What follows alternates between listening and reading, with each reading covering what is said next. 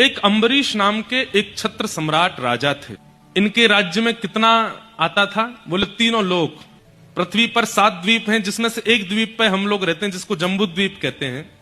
ऐसे 7 द्वीपों के राजा, रसातल के राजा, पृथ्वी के राजा, भूमंडल के राजा, तीनों लोकों के राजा थे। कौन? अम्बरीश। इनके दरबार में केवल मानवों की भीड़ नहीं होती थी, रसातल के गणों की भीड़ भी होती थी, देवताओं की भीड़ भी होती थी, सबका समाधान करते थे ये। ऐसे अम्बरीश राजा है। लेकिन इनकी भक्ति पर ठाकुर जी बिक गए। जीवन में भक्ति ऐसी आई कि अम्बरीश महाराज अपने ठाकुर जी के छोटे से छोटे और बड़े से बड़े सारे काम स्वयं करते थे, कोई और सेवक नहीं था। लेकिन अम्बरीश महाराज जी की एक विचित्रता थी कि इनके राज्यपाट के काम करने वाले तो लाखों लोग थे, लेकिन ठाकुर जी की सेवा का A to Z सारा काम अम्बरीश महाराज अपने हाथ से करते थे। वस्त्र भी स्वयं सिलते थे ठाकुर जी के, भोजन भी स्वयं बनाते थे, आटा भी स्वयं गूंदते थे। पत्नियों को भी अधिकार नहीं था कि ठाकुर जी की सेवा में झांकें। उनसे कहा तुम अपनी सेवा करो, हमारी ठाकुर जी की सेवा में कोई नहीं आएगा। अम्बरीश महाराज एक दिन आटा गूंद रहे थे। सप्तद्वीप के राजा, तीनों भुवनों के राजा आटा गूंद रहे हैं। पत्नी कभी कभी कहती ये काम तो आप हमें भी दे सकते हैं। बोले देवी मैं तुम्हारे आगे हाथ जोड़ूं, तुम जो कहोगे सो दूंगा, पर ठाकुर जी की सेवा मुझसे मत मांगो, ये मेरा अधिकार है, मुझे करने दो, मैं अपने हाथ से करूंगा, पता नहीं तुम कैसे करो। एक दिन अम्बरीश महाराज सोच रहे थे ऐसी कौन सी सेवा है जो मुझसे नहीं होती है लेकिन ठाकुर जी के चरणों में आती है।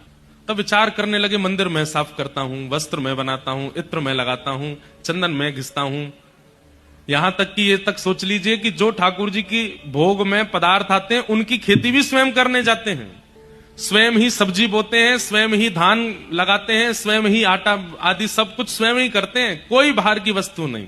तब उन्होंने सोचा कि जो मैं आटा गूंद रहा हूं, ये आटा तो पहले बीज था, ये आटा कैसे बना? बोले ओहो चक्की में पीसने से। चक्की में कौन पीसता है?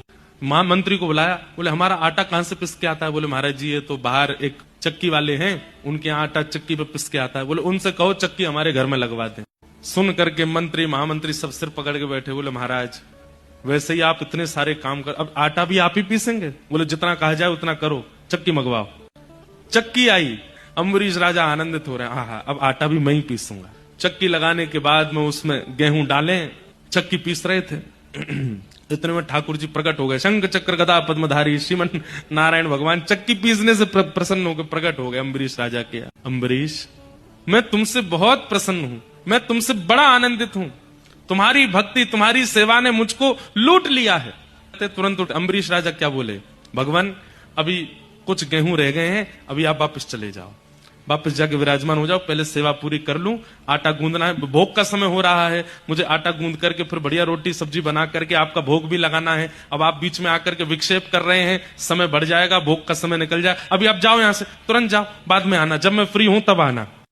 सेवा के मध्य में ठाकुर जी भी प्रकट हो जाए तो ठाकुर जी से कह रहे हैं कि आप जाओ, सेवा उनके लिए ठाकुर जी से भी बड़ी है, ऐसों को मिलते हैं ठाकुर जी। एक दिन अम्बरीश चक्की पीस रहे थे, तभी ठाकुर जी आ गए। सामने नहीं आए, बोले सामने आता हूं तो डांटता है मुझको, पीछे आ गए और पीछे खड़े होकर के देखा भगवान ने कि अम्बरीश राजा को इतने पसीने आ रहे हैं और पूरा शरीर जो है पसीने में हो गया चक्की पीसते पीसते, और ना कोई पंखा है ना कोई हवा है। सेवा में अपनी सेवा कराना ये भी सेवा अपराध है। ठाकुर जी की सेवा कर रहे हैं, तुम मेरी सेवा करते रहो, ये भी नहीं।